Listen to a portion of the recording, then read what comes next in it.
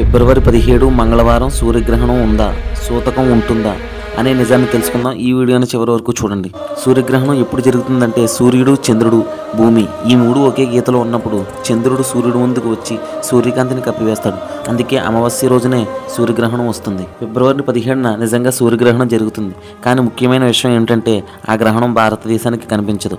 అది కనిపించే ప్రాంతాలు దక్షిణ అమెరికా, అట్లాంటిక్ సముద్రం వైపు మాత్రమే. మన దగ్గర ఆ సమయంలో సూర్యుడు కనిపించే స్థితిలో ఉండడు.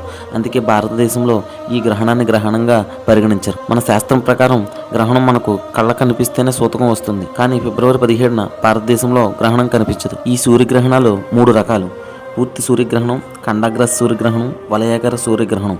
ఫిబ్రవరి 17న జరిగేది ఖండాగ్రస సూర్యగ్రహణం, కానీ మనకు కనిపించదు. గ్రహణ సమయంలో సూర్యుడిని నేరుగా చూడకూడదు, ఎందుకంటే యూవీ రేస్ కళ్ళను దెబ్బతీస్తాయి. చూడాలంటే ప్రత్యేక సోలార్ గ్లాసెస్ ఉండాలి, లేదంటే ఇప్పటికీ చూడకండి. ఏది ఏమైనా మన దేశంలో గ్రహణం లేనప్పటికీ మన జాగ్రత్తల్లో మనం ఉండడం మంచిది.